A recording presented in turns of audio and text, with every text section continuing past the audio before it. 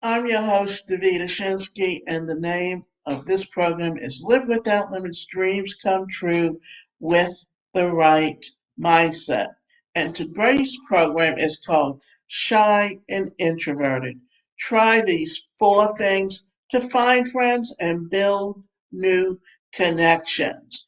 Now, yesterday we talked about relationships. So this is a great way to follow that up and talk about how to build relationships. If you are an introvert or a shy person, do not think that you are alone. The world is full of shy and awkward people. Some stay that way through life. Some build a different persona for others while intrinsically remaining the same, and others break the shackles of shyness. Now, all of this also plays into your personality because we all have certain behavior patterns within us, but we can move within them. The idea is we have to recognize them, and once we recognize them, in the way we communicate with each other, then we have a way of moving from one personality trait to another. But we do have those that are our low points, while we have others that are our strengths, meaning some of your strengths, some of your weaknesses. And your if your strength is being introverted, then it's something you can learn to overcome. And you can learn that by either getting therapy or counseling of some kind, or you can take it by getting in things like Toastmasters, where you learn to feel comfortable in front of people. It is important to note that shyness is the result of both nature and nurture. People who are genetically inclined to be shy and introverted may find it more difficult to overcome it when socializing.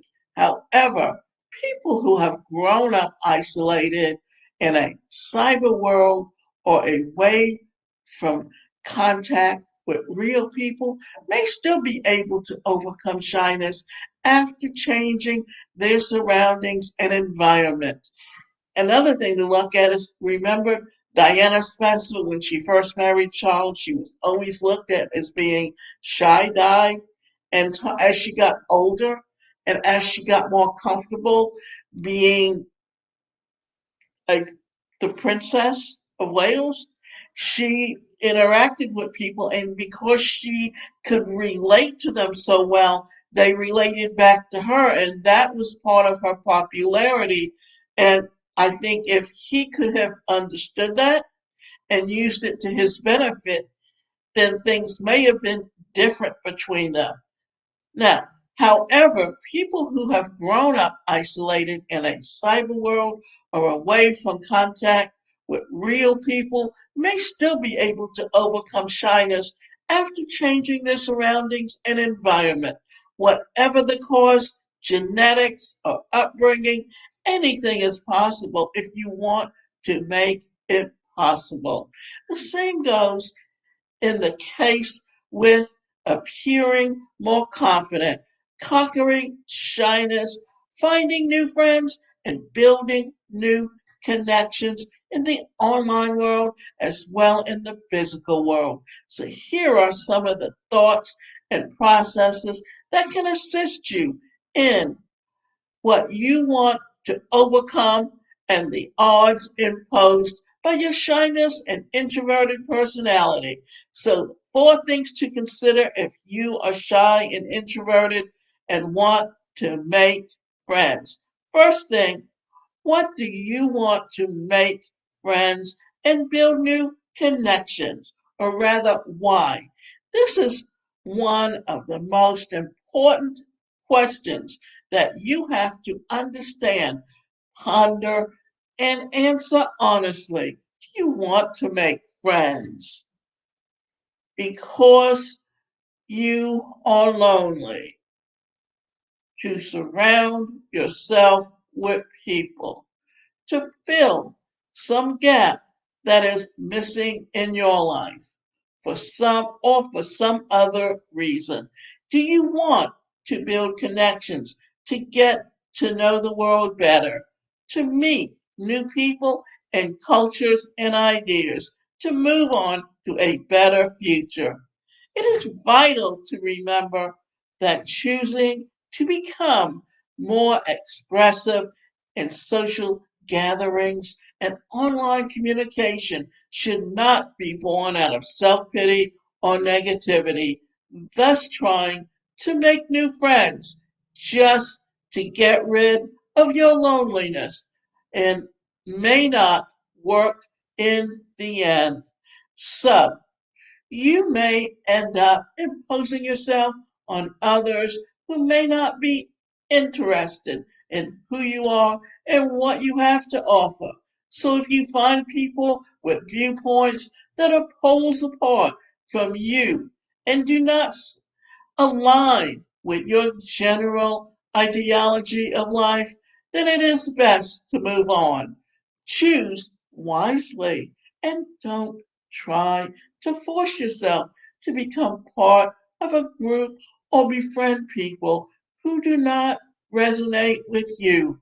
The best option is to move on and keep trying to find new friends who are more compatible and thus have a greater tendency to be lifelong companions.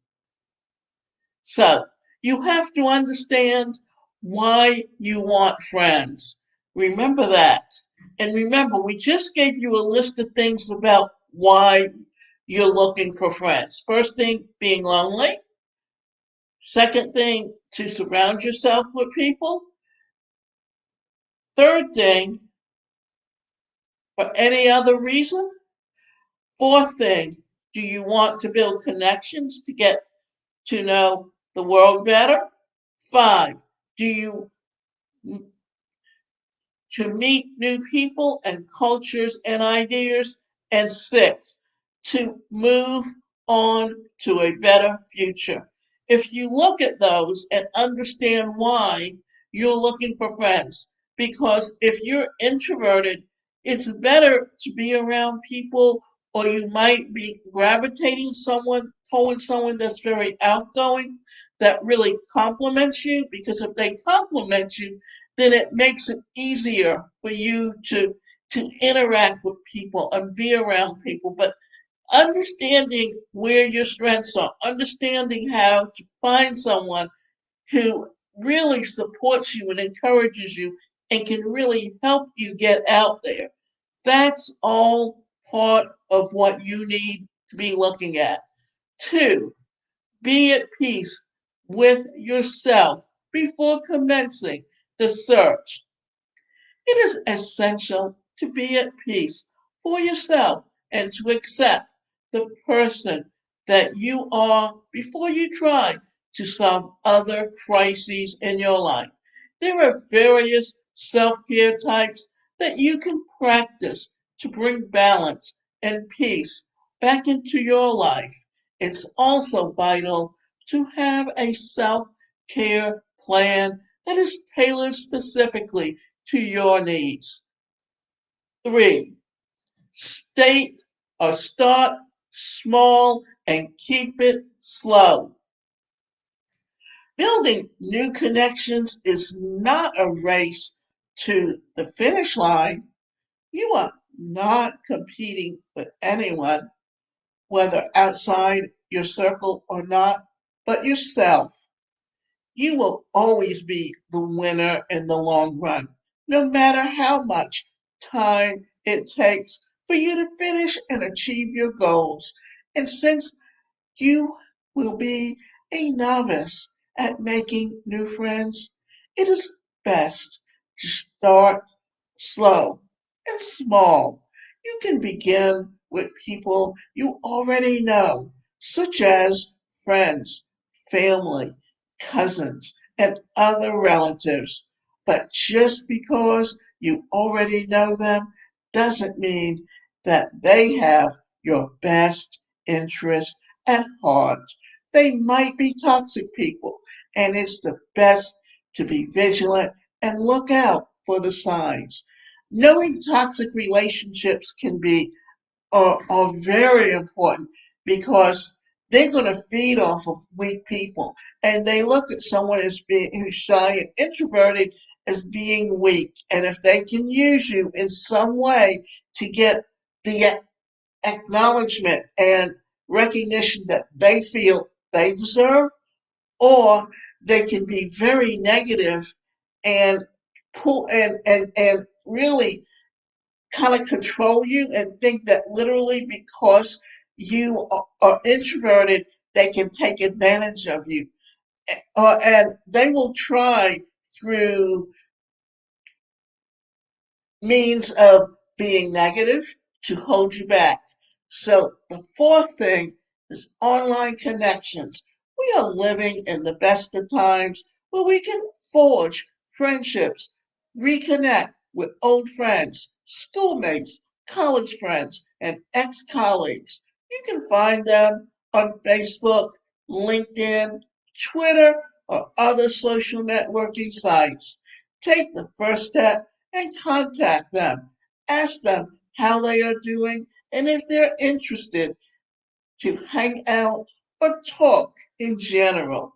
Two things are important: taking the first step and listening to understanding what the other person is telling you, then building that connection if you think they are genuine or the relationship is worth keeping based on your interactions. Shy and introverted people make incredible friends. There you have it. While we're all for making new friends, don't forget the importance of quality over quantity, because not every connection is going to be authentic and on your own is better than fake company. And I think that last sentence is one of the things that we need to make you understand that relationships should be equal. And you don't need a toxic relationship, and you don't need someone who's out there to take advantage of you. So just beware if you have just a few friends. Now, I grew up with a disability, and I was the only person in the school system with a disability. And at that time, society did not acknowledge its disability community, and it really acted as though we didn't exist.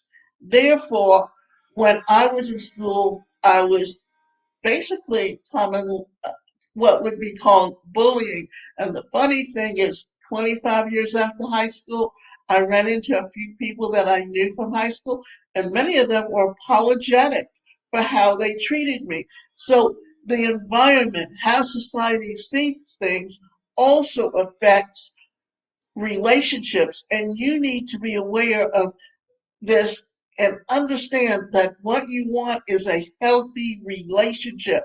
And it doesn't matter whether you're being shy and you're looking for someone that can compliment you. You want a healthy relationship, someone that treats you the way you should always be treated.